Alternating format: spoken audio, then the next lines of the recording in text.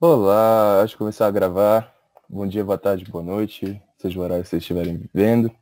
Sejam bem-vindos ao nosso projeto Método Científico e a Relação entre Ciências Naturais e Religião.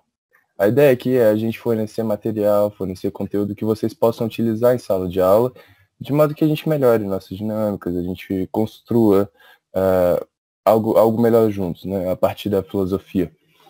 E, bom, a relação entre filosofia e ciência é dada de forma natural, né? Eu sei que a gente não faz muito essa relação hoje em dia, porque tem uma separação de filosofia, sociologia, matemática, física, geografia, etc. Tudo mais. Mas a relação entre filosofia e ciência, ela vai lá de trás e ela é sempre bem-vinda, até nos dias de hoje. Para começar com isso, a gente vai falar uma aula sobre o conhecimento. O próprio conhecimento, ele tem uma raiz que é unida à ciência, né? Lá na Grécia Antiga, o que a gente entendia por ciência é episteme. E episteme é um termo que pode significar ciência e conhecimento.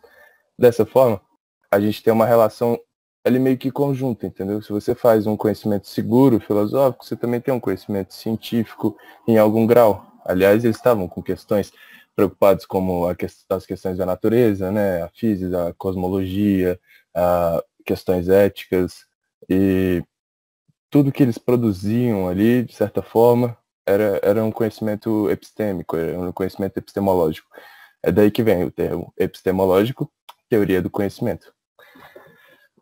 Um exemplo de filósofo que não fazia essa distinção tão clara entre filosofia e ciência era o Descartes. Descartes, ele foi um excelente físico, foi um excelente matemático, e foi um excelente filósofo.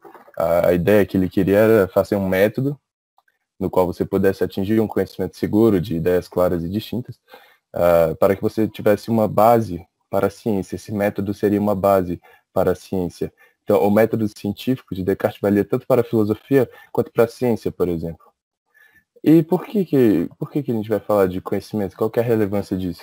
Eu acho legal, porque quando eu estava em sala de aula, minha maior preocupação era as coisas que eu aprendo aqui, eu não vejo um sentido, eu não sei por que eu estou aprendendo isso. Bom, por que a gente não causa mais reflexões nos alunos? Por que a gente não faz... tenta criar mais formas de dar um sentido para os alunos? Obviamente eu não estou criticando o método que vocês adotam, até porque eu não conheço vocês ainda, não sei como vocês dão aula, estou falando de uma forma geral e minha experiência particular, claro.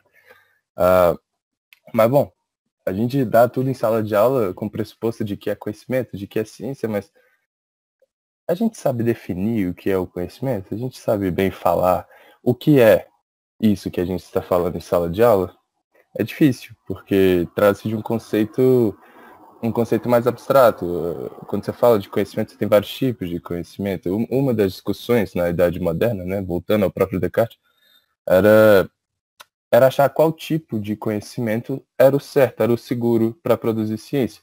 E aí você tem a tripartição das escolas filosóficas. Você tem lá os grandes céticos, os grandes racionalistas, os grandes empiristas, e tudo que eles divergiam era na forma como você pode obter o conhecimento, na forma como você pode fazer ciência. Mas no fundo eles estavam falando, todo mundo estava falando da mesma coisa. Isso é bonito, isso é interessante. Então qual que é o problema com o conceito de conhecimento? Por que a gente não consegue definir ele? Essa é a pergunta de $1 milhão, né? Porque eu mesmo não conseguiria definir o conhecimento agora para vocês. E, bom, o trabalho do filósofo muitas vezes passa por definições, e a gente tem alguns conceitos que são mais fáceis de definir, outros não. A gente tem o conceito de pássaro, por exemplo, a gente sabe definir por causa da biologia. A gente tem o conceito de matemática, a gente consegue definir o que é a matemática, ou as matemáticas, né? A física. E, bom, com conhecimento já é diferente. A gente não sabe bem definir o que ele é. A gente precisa de uma análise filosófica para definir o que é o conhecimento. essa análise ela consiste em procurar regras, procurar meios para basear o conceito de conhecimento. Ela consiste em buscar as condições necessárias e suficientes. O que isso quer dizer? Eu tenho que saber o que é necessário e o que é suficiente para determinar o que é o conhecimento, ou seja, para definir o conhecimento. Então, é uma análise difícil, mas dando um exemplo para elucidar isso, quando a gente está tendo conversas, esse é o jeito mais fácil de fazer filosofia. Quando a gente está tendo conversas aleatórias, por exemplo, estou num bar, ele sentado, estava, né? Agora na pandemia não tem mais como, o dia vai voltar. Tava lá no bar, de boa, conversando, aí o cara veio para mim e fala, nossa, o Neymar é o melhor jogador que eu já vi. Eu falo, não, mentira, o melhor jogador é o Pelé. Eu falo, não, Pelé não, deixa o Pelé pra lá, já faz muito tempo, o negócio é o Neymar agora é o melhor. Aí eu paro pra pensar, né, todo filósofo é chato, vocês sabem disso. Paro pra pensar e falo, poxa vida, mas como que eu determino quem é o melhor? Como eu sei, como eu tenho conhecimento de quem é o melhor? Esse é um exemplo de análise filosófica, né? Então, a gente tem que fazer essa análise, a gente tem que definir essas condições necessárias e suficientes. E ao longo da Idade Moderna, a gente vai ter uma concepção, na verdade, nem ao longo da Idade Moderna, porque alguns interpretadores eles dizem que essa ideia surgiu lá com Platão. Depois eu vou ler um trechinho para vocês de Platão. Mas a definição mais apropriada que a gente encontrou para criar o conhecimento é a definição tripartida, ou seja, é a definição de que o conhecimento consiste em 3 condições necessárias e suficientes para defini-lo. Essas condições são a crença, a verdade e a justificação. Eu falo, pô, mas crença e conhecimento, os dois juntos? Não, sei não, porque não parece estranho, né? Tipo, a gente associa a crente, a gente associa a coisas que não são demonstráveis, a coisas que não são prováveis, é justamente isso, a gente tem que diferenciar a crença do conhecimento. Mas não esqueçam, a crença é um fator necessário para o conhecimento. Por quê? Por que é necessário? Porque se eu quero conhecer algo, se eu vou definir que eu conheço algo, eu tenho que acreditar naquilo de alguma forma. Por exemplo, eu não posso falar que a Terra é plana se eu não acreditar que a Terra não é plana. Aí vem lá os terraplanistas lá falar, mas a Terra é plana sim! Calma, é outra discussão. Talvez vocês, professores, vão me ajudar mais, porque o meu negócio aqui é fazer perguntas, eu questiono muitas coisas.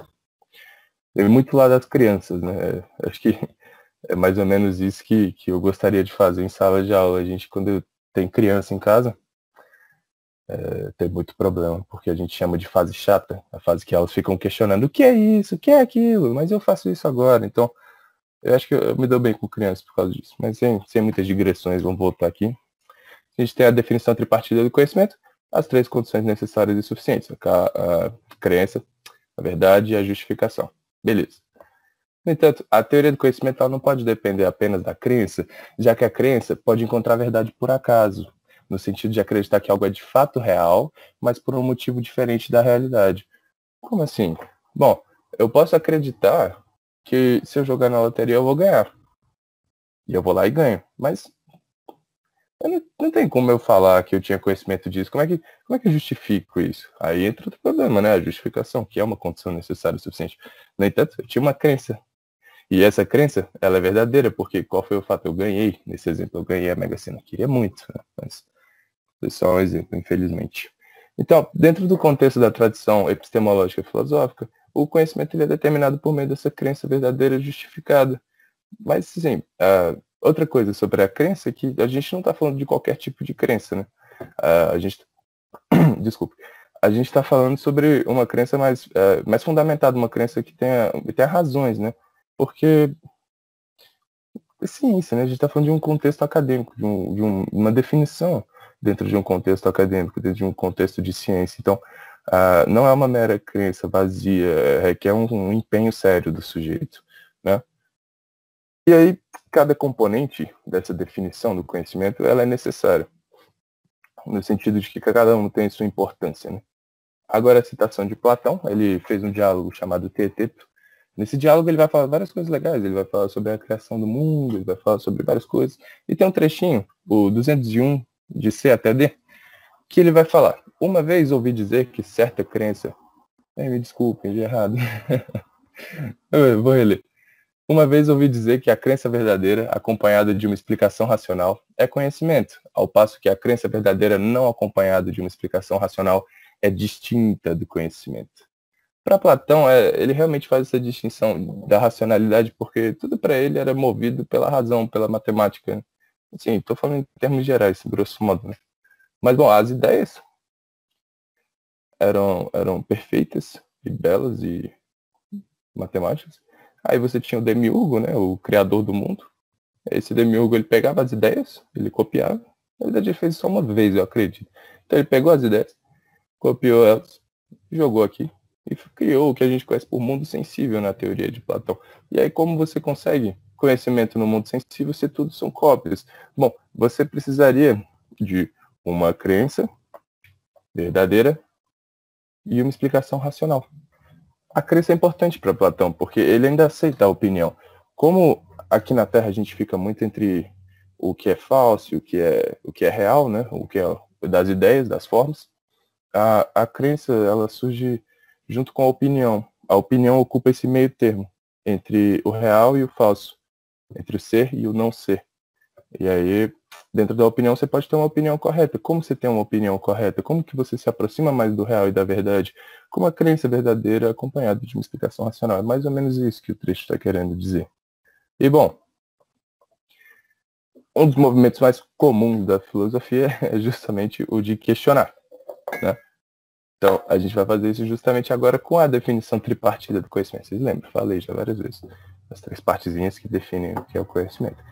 Beleza. Mas será que elas são necessárias mesmo? Será que elas são condições necessárias e suficientes para o conhecimento? A justificação e a crença? Essas duas, elas compõem o conhecimento? A verdade, eu não estou questionando a verdade, porque, bom, se eu quero fazer ciência, eu preciso trabalhar com o conceito de verdade, necessariamente. Isso aí não tem nem como discutir. Mas e a crença e a justificação? Eu preciso delas mesmo, de fato? Vamos ver, vamos ver. Então, beleza.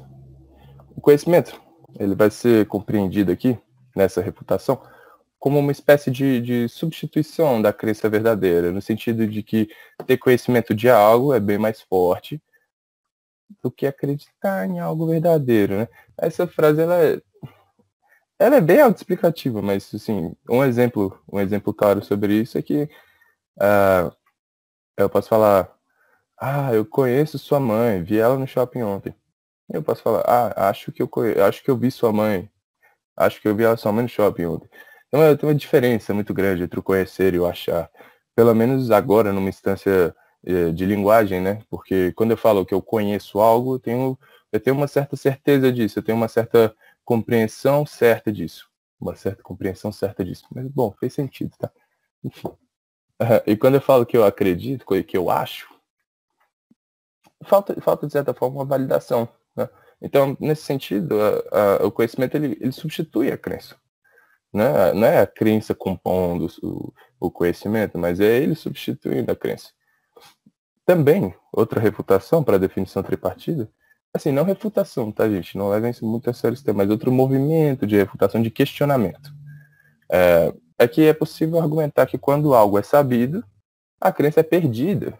Então, não só o conhecimento substitui a crença, mas quando você sabe algo, você não precisa mais acreditar nisso, entendeu? Porque quando eu falo, por exemplo, conversei com o Pedro e ele está na praia. Tenho certeza que ele está na praia, está furando quarentena lá na praia. Eu sei que ele está lá, eu sei que ele está lá. Mas quando eu digo, falei com o Pedro, acho que ele está na praia, semelhante ao exemplo anterior, eu não tenho essa segurança, porque tem uma dúvida no sentido de achar, e eu não preciso necessariamente acreditar quando eu falo que eu sei, porque meio que está implícito ali, meio que talvez eu não tenha que acreditar, talvez a crença seja algo separado, então são essas duas possibilidades, né? Quando eu estou falando de conhecimento, ou eu sei, e a crença está implícita ali, o conhecimento substitui a crença, ou quando eu sei, a crença é perdida, a gente joga a crença para fora. Então, mas bom, se a crença não é uma condição necessária e suficiente, tem um problema, né, na definição tripartida. E, bom, o que acontece aqui é que esses dois exemplos que eu falei, essas duas possibilidades, esses dois possíveis movimentos de refutação, eles podem Eles podem dar essa compreensão de que a definição tripartida do conhecimento tá furada, tem alguma coisa de errado com ela. E aí vem Gettier. Gettier foi um filósofo caríssimo. A epistemologia, ele foi bem recente, ele nasceu no século XX e eu estava conversando com a Verônica, que é a professora que vocês vão conhecer na parte 2 dessa aula, que ele morreu recentemente, mas, cara, ele foi muito genial, né, pelo menos por esse trabalho. E a gente vai, inclusive, ler os casos de Gettier daqui a pouquinho, porque são coisas muito lógicas, vai ter proposições, eu queria que vocês vissem diretamente da página, justamente para ter essa base, né, para eu não ter que ficar falando coisas que vocês não vão entender. Até porque se alguém me falasse só o texto do Gettier, eu não ia entender. Então, estou partindo desse pressuposto. Mas beleza, o que esse tal de Gettier fala? Ele estava lá, bonitinho, lá na Universidade de Michigan, que ele dava aula. E aí, bom, professores universitários têm que produzir alguma coisa, né? Chatice. Uau, pô, escolhi ser pesquisador, caramba. Aí, bom, show.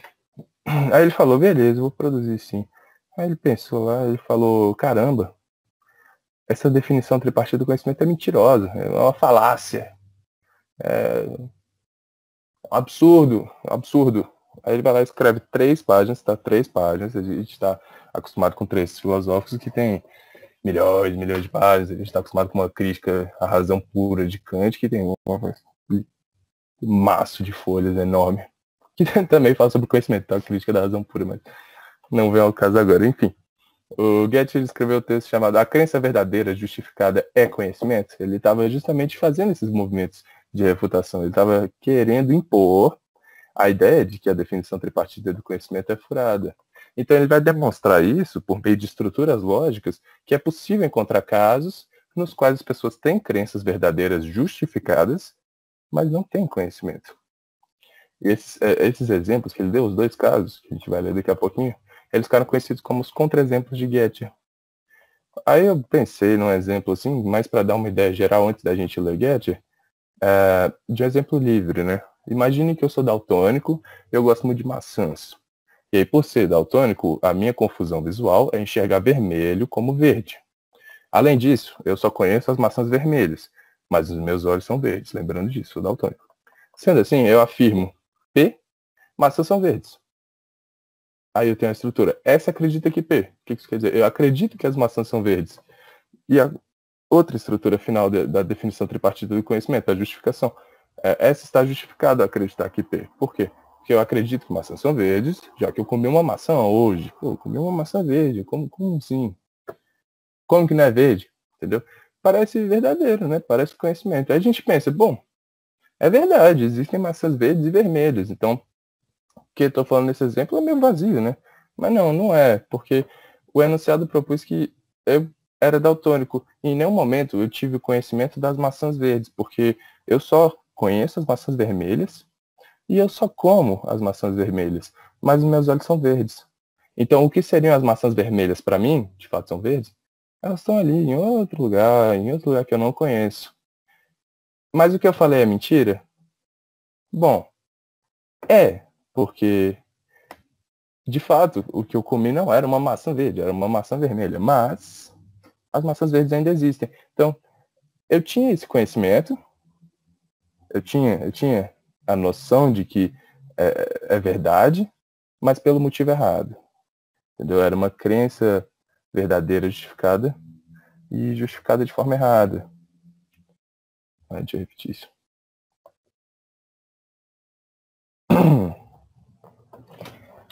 E bom, pensando nesses casos dos contra-exemplos, a análise tripartida do conhecimento, eu pensei num exemplo livre, né? Que foi o exemplo do daltônico. Um exemplo que eu pensei assim, mas antes da gente ler mesmo os contra-exemplos, que é, imagine que eu sou um daltônico e eu gosto muito de maçãs. Por ser daltônico, a minha confusão visual é trocar o verde com o vermelho. E além disso, eu só conheço as maçãs vermelhas. Lembrando que nos meus olhos as maçãs vermelhas são verdes. Certo? Aí beleza, eu vou lá e afirmo.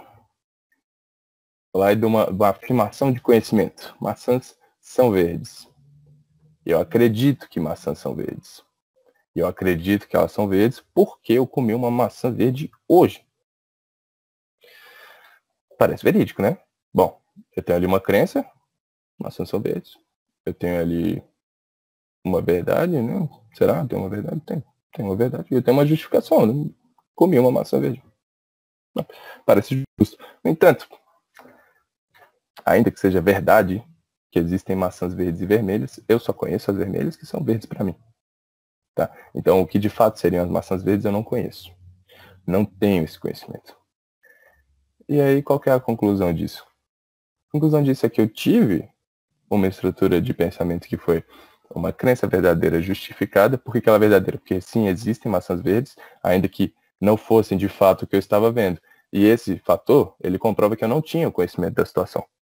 Porque realmente eu não conhecia as maçãs verdes. Eu conhecia as maçãs vermelhas e eu achava que elas eram verdes. Aí dá pra falar que é conhecimento? Não, não dá pra falar que é conhecimento. Mas dá pra falar que o que eu falei é mentira? Também não. Então, qual que é a conclusão disso? A definição tripartida do conhecimento ela não é tão segura assim, porque você vai encontrar casos furados, você vai encontrar casos contingentes, né? Aí, bom, beleza. Vamos para os contra-exemplos de Gettier, né? Vou tentar compartilhar aqui para vocês. Vamos ver. Então, vamos lá para os contra-exemplos de Gettier. Supõe-se que Smith e Jones se tenham candidatado a um certo emprego. E supõe-se que Smith tem fortes provas a favor da seguinte proposição conjuntiva. D. Jones é o homem que vai conseguir emprego e Jones tem 10 moedas no bolso. As provas que Smith tem a favor de D podem ser que o presidente da companhia lhe tenha assegurado que no fim Jones seria selecionado e que ele, Smith, tenha contado as moedas no bolso de Jones há 10 minutos. A proposição D implica: o homem que vai ficar com o emprego tem 10 moedas no bolso. Suponha-se que Smith vê que D implica E e que aceita E com base em D, a favor da qual ele tem fortes provas. Neste caso, Smith está claramente justificado a acreditar que E é verdadeira. Ou seja, ele tem uma crença verdadeira justificada. Mas vamos ver o que acontece. Mas imagine-se que, além disso, sem Smith saber, é ele e não Jones que vai ficar com o emprego. Imagine-se também que, sem o saber, ele próprio tem 10 moedas no bolso. A proposição é assim, verdadeira, apesar de a proposição D, a partir da qual Smith inferiu ser falsa. Assim, no nosso exemplo, as seguintes proposições são verdadeiras. É verdadeira, 2. Smith acredita que é verdadeira, e 3. Smith está justificado a acreditar que é verdadeira. Lembrando, isso tudo é para tentar refutar a definição tripartida do conhecimento. E aí o Gettier finaliza o caso dizendo o seguinte: mas é igualmente claro que Smith não sabe que é verdadeira. Ao passo que... me perdi. Mas é igualmente claro que Smith não sabe que é verdadeira, pois é verdadeira em virtude das moedas que estão no bolso de Smith. Ao passo que Smith não sabe quantas moedas tem no bolso e baseia sua crença em no fato de ter contado as moedas do bolso de Jones, que ele erradamente acredita tratar-se do homem que ficará com o emprego. Então, tinha os dois casos. O Jones e o Smith, eles tinham as moedas no bolso, de fato. Só que o Smith não sabia que ele também tinha moedas no bolso. Ele só sabia que quem tinha 10 moedas no bolso ia ficar com o emprego. Ele inferiu, bom, vai ser o Jones. Ele mesmo não sabia que ele ia ficar com o emprego. Ou seja, ele não tinha conhecimento da situação. Ele tinha uma crença verdadeira justificada. Não tinha conhecimento, porque não aconteceu de fato. Não tem uma verificação real daquilo. E o segundo caso. Suponha-se que Smith tem fortes provas a favor da seguinte proposição. Jones tem um Ford. As provas de Smith poderão ser que, desde que ele se lembra, Jones sempre teve um carro e sempre foi um Ford. E Jones acabou de oferecer boleia a Smith. Boleia é carona, tá dando uma olhada. Acabou de oferecer carona a Smith, enquanto estava ao volante de um Ford.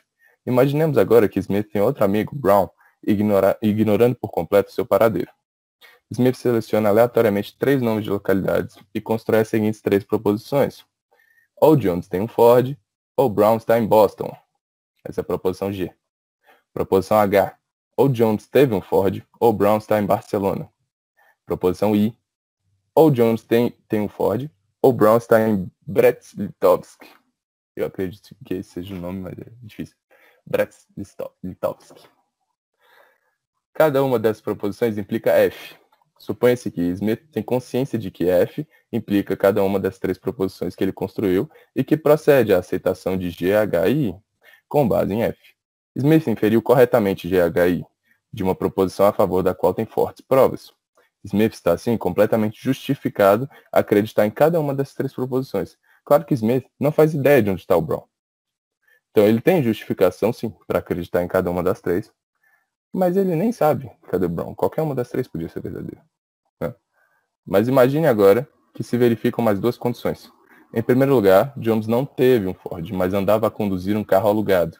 Em segundo lugar, por uma grande coincidência, sem que Smith soubesse de nada, o lugar mencionado na proposição H é, por acaso, de fato, o lugar onde Brown se encontra. Então, de fato, o Brown está em Barcelona. Ok, sabemos disso agora.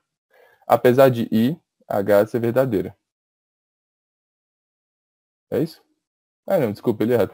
Beleza. Aí ele não sabe, ele não sabe onde Brown estava, mas uma das afirmações comprova onde Brown está, que é de fato Barcelona. Tranquilo. Se essas duas condições se verificarem, então Smith não sabe que H é verdadeira, apesar de I, H ser verdadeira, e 2, 1, era 1, não era I. Apesar de 1, H ser verdadeira, 2, Smith acreditar de fato na verdade de H, e 3, Smith está justificado a acreditar na verdade de H. Estes dois exemplos mostram que a definição tripartite do conhecimento, que o conhecimento ele é definido por meio de uma crença verdadeira justificada, ele não fornece uma condição suficiente para que alguém saiba uma dada proposição. Os mesmos casos, com as modificações apropriadas, serão suficientes para mostrar que nem a definição B, nem a definição C fornecem tal condição. A definição B e a C fazem parte do textinho que ele escreveu antes de apresentar os casos. E... Deixa eu ver a câmera. Voltei. E, bom, elas são pequenas variações da definição tripartite do conhecimento, de modo que o que varia ali é a justificação delas. Mas qual que é o problema de Gödger? Isso aí vocês vão ver com a Verônica, na parte 2 da aula. Meu nome é Danilo, muito obrigado por me escutarem, eu quero pedir desculpa pelos errinhos, tá bom? Mas eu espero que tenha dado certo e... É isso, galerinha. Um abraço. Até a próxima.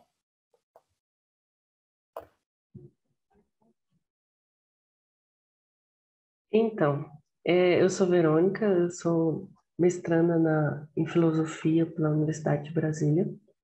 Eu vou dar continuidade a essa discussão sobre a definição de conhecimento, sobre a validade dessa definição. Para começar, quando a gente pensa em conhecimento, a gente pensa em justificação. O que seria justificação? Seria eu dar motivos bons o suficientes para confirmar que a minha crença ela é verdadeira. Ou seja, é o que a gente diz sobre baseado em quê? Baseado em que você acredita nisso? Eu queria falar aqui sobre a questão da infalibilidade desse tipo de método de dar razões para justificar uma crença. Porque quando a gente pensa em justificar, em dar essas razões, a gente acredita que elas não tenham falhas. Então, se eu não tenho razões, eu não vou ter conhecimento. É tipo uma necessidade de que haja essas razões. Só que tem um problema, essas razões, elas às vezes podem falhar de alguma forma. Por exemplo, eu tô passando em frente a um bar, e acontece uma comemoração. Eu sei que naquele dia tem um Flamengo e Vasco acontecendo. Eu suponho que tenha sido o gol do Flamengo. E aí tudo bem, né?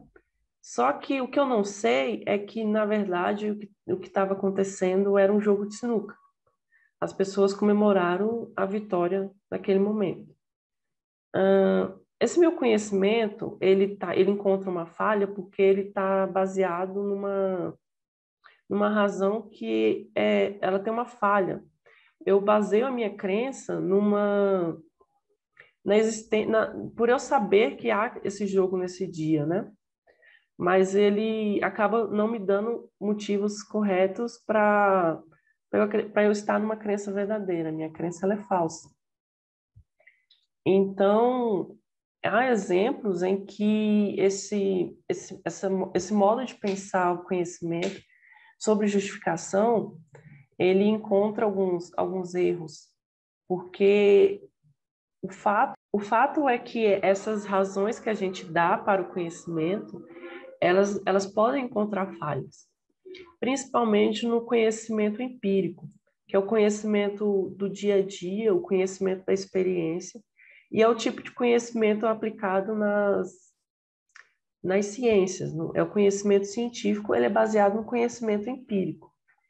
Então, a gente avaliando, olhando o retrospecto e olhando o passado, a história da ciência, a gente percebe que há momentos em que as crenças científicas, elas eram justificadas por coisas que posteriormente foram derrubadas. Então, essas razões, elas não foram fortes o suficiente para se manter. Só que nem por isso a gente deve pensar que o conhecimento científico ele se torna inválido por causa disso. Pelo contrário, é aprimorando as nossas crenças, é aprimorando as razões que nos levam a acreditar numa hipótese científica, por exemplo, é que a gente desenvolve o conhecimento científico. Então, a gente não deve deixar de lado essa falibilidade das razões que a gente dá. É possível a gente pensar no conhecimento que possa ir e possa prosseguir a partir disso.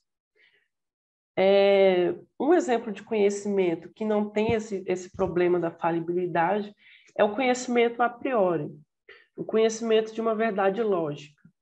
Então, eu afirmar que a proposição que Sócrates, todo homem é mortal, Sócrates é um homem, logo Sócrates é mortal, nesse caso não vai ter uma crença, uma razão, não vai surgir uma razão posterior que vai dizer que essa minha crença ela é falsa. Não. Conhecimento a priori ele está garantido quanto à falibilidade das razões dadas, mas o mesmo a gente não pode falar do conhecimento empírico. Então, essa forma da gente pensar que o conhecimento ele deva se apoiar em razões que não falham nunca, ela torna o conhecimento uma coisa muito difícil de alcançar. Exatamente por isso, porque a gente pode apresentar razões que não apoiem que não justifiquem, não sejam boas razões, desculpa, que as razões não sejam boas o suficiente para justificar o meu conhecimento. Por exemplo, eu pergunto para um amigo que horas são e ele me diz as horas. Eu posso ter razão para acreditar por exemplo, ele fala. Não. Por exemplo, eu posso perguntar para um amigo que horas são e ele responder são 11 horas. E eu acreditar que são 11 horas. A minha justificativa para acreditar que são 11 horas é porque fulano está dizendo. Só que pode acontecer desse fulano estar mentindo ou estar tentando me enganar. Então, a razão que eu dou para acreditar que são 11 horas, ela se torna falha, porque não conto com esse detalhe de que ele pode estar mentindo, por exemplo. Só que eu posso acertar que são 11 horas, né? Só que as razões que eu dei não são boas o suficiente, eu posso procurar outras razões.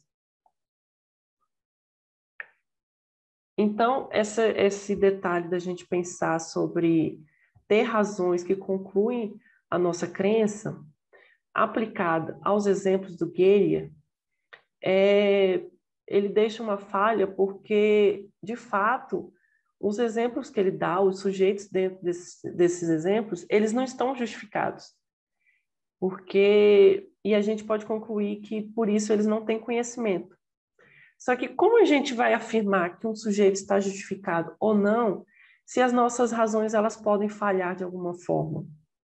Então é muito complicado você afirmar que não há conhecimento em virtude da justificação baseado na possibilidade dessas crenças ou dessas razões dadas, elas poderem falhar ou não, independente da minha vontade, independente do fornecimento de crença que eu tenho neste momento. Então, é algo a gente pensar. Outro exemplo é a proibição de ter crenças falsas. O que significa? A gente não poder, eu afirmar que eu não posso ter o conhecimento de alguma coisa se eu tive uma crença falsa que me levou àquele conhecimento. Isso está implícito também, explícito nos exemplos de Goethe. Só que agora eu vou dar um exemplo que é diferente. Eu acredito que eu estou vendo uma estrutura que parece com uma vaca e eu concluo que há uma vaca no pátio. Estou olhando para um pátio, estou vendo aquela estrutura.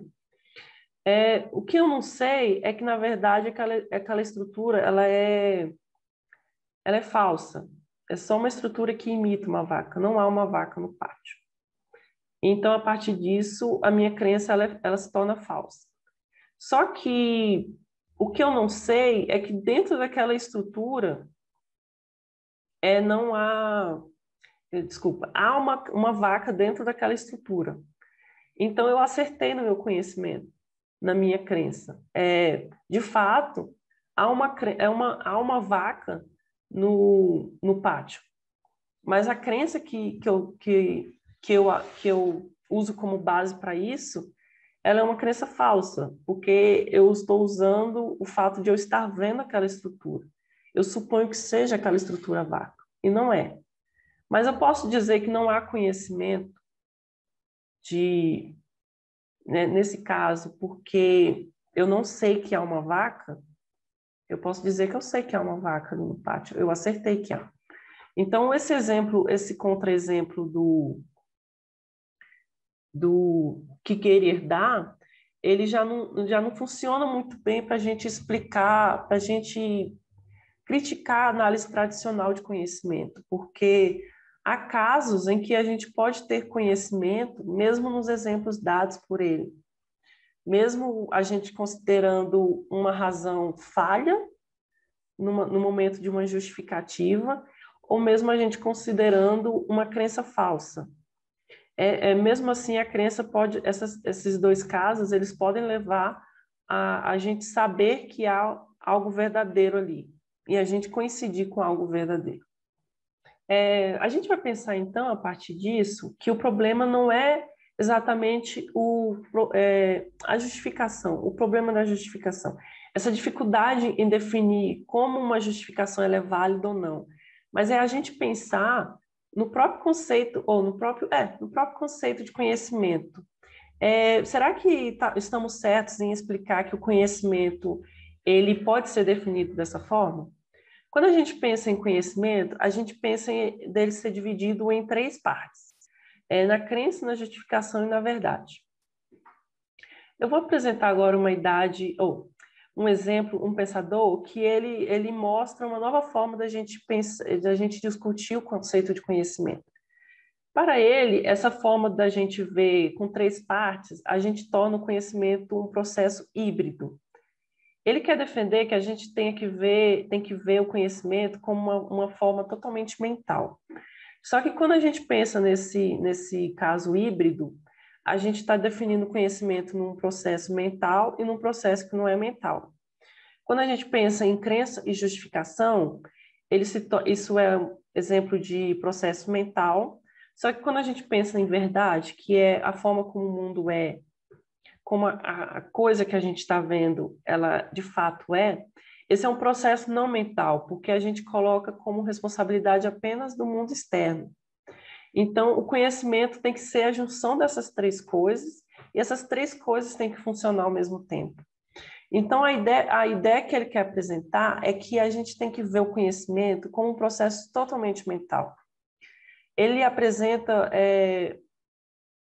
um exemplo, uma concepção de externismo epistêmico. Há estados mentais que estão presentes na nossa mente, mas ele está em conformidade, ele também faz parte dele a existência do mundo externo, alguma informação do mundo externo. Por exemplo, para eu acreditar que uma bebida ela está quente, ela de fato precisa estar quente. Isso é dependente do sujeito que vê, né? Mas para eu conhecer que essa bebida está quente, eu preciso experimentar de alguma forma que ela está quente. Então, o conhecimento, a gente não precisa ver que ele é essas duas coisas separadas, mas ele pode ser juntado numa coisa só. Um outro problema de pensar o conceito de conhecimento é que alguns conceitos eles são muito difíceis de ser analisados, eles são muito difíceis de ser definidos. como, por exemplo, a beleza, a elegância e a inteligência. A gente consegue identificar quando a gente vê um exemplo, um caso em que haja esses conceitos no objeto que a gente está vendo. Mas quando a gente vai esmiuçar quais são os aspectos que fazem uma coisa ser bela ou uma pessoa ser inteligente, a gente fica meio que perdido, a gente fica meio que dando muitos aspectos e a gente percebe que esses aspectos eles não conseguem se aplicar todas as vezes em todos os casos. Então, por exemplo, às vezes eu posso dizer que a beleza é algo agradável aos olhos, e eu posso ver beleza em alguma coisa que não é de fato agradável aos olhos, mas é agradável aos meus sentimentos, por exemplo. Então, esses conceitos, eles são muito difíceis de você definir o que são.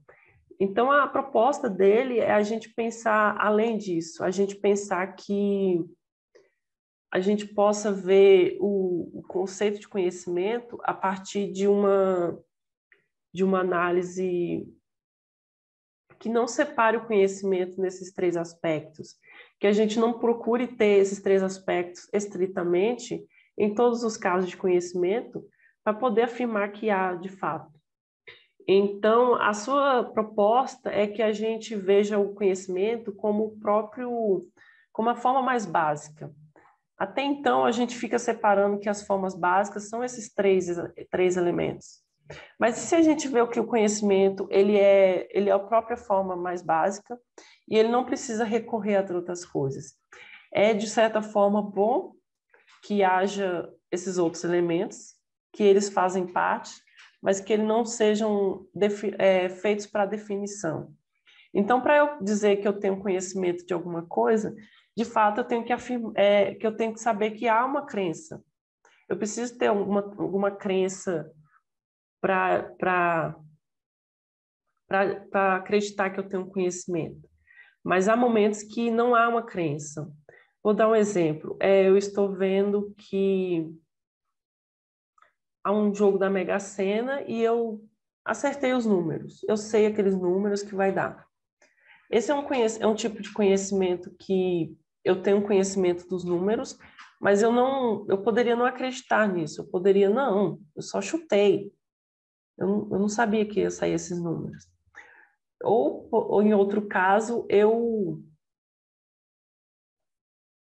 não tenho justificativa para esse conhecimento. Eu não sei de onde eu tirei, mas eu acertei.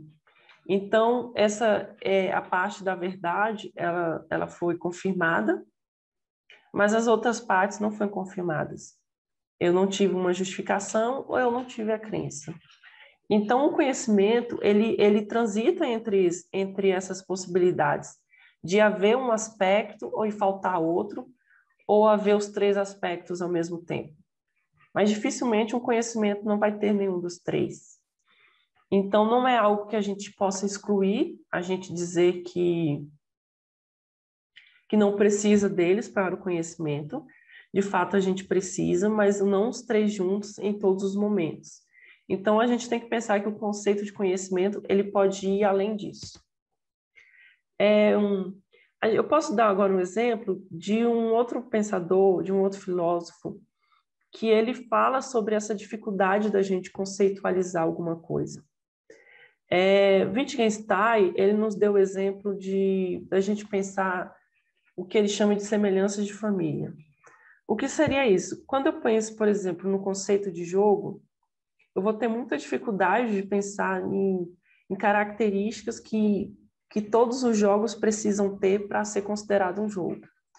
Por exemplo, a diferença entre um jogo de xadrez e um jogo de paciência. O jogo de xadrez ele vai ser competitivo, paciência não, porque eu não tenho um oponente. Ou eu pensar num jogo de futebol, que tem todo um exercício, uma exaltação, e eu pensar no jogo de xadrez, que é um jogo parado, que não tem essa movimentação, não vai ter essa excitação. Então é difícil eu colocar todas as características que caibam nesses três exemplos de jogos. Mas nem por isso eu vou definir que não é, que algum deles não seja jogos. Todos são jogos. Então, o que que eu uso para perceber que eles são a mesma coisa? Eu uso as semelhanças de família, ou seja, há alguns aspectos em que estejam presentes em alguns e que eles se convergem em alguns momentos, em outros momentos eles andam lado a lado. Por exemplo, isso pode ser aplicado no nosso próprio conceito de família. Quando eu penso no que leva uma pessoa a ser da mesma família, eu posso concluir, fulano, meu primo tem um nariz igual ao meu. Mas aí eu percebo que meu primo não tem a boca igual a mim, mas minha tia, ela tem a mesma boca que eu. Então, se eu for pegar só o nariz, eu não posso concluir eu não vou conseguir definir que todos nós somos da mesma família. Mas se eu perceber que há uma concordância ora no nariz, ora na boca, ora no cabelo, ora no próprio sobrenome, eu vou perceber que há uma família ali, que as pessoas participantes, elas são todas de uma família. Então, esse é um exemplo da gente pensar além do conceito de conhecimento. A gente pode pensar, então, a partir disso, que a gente pode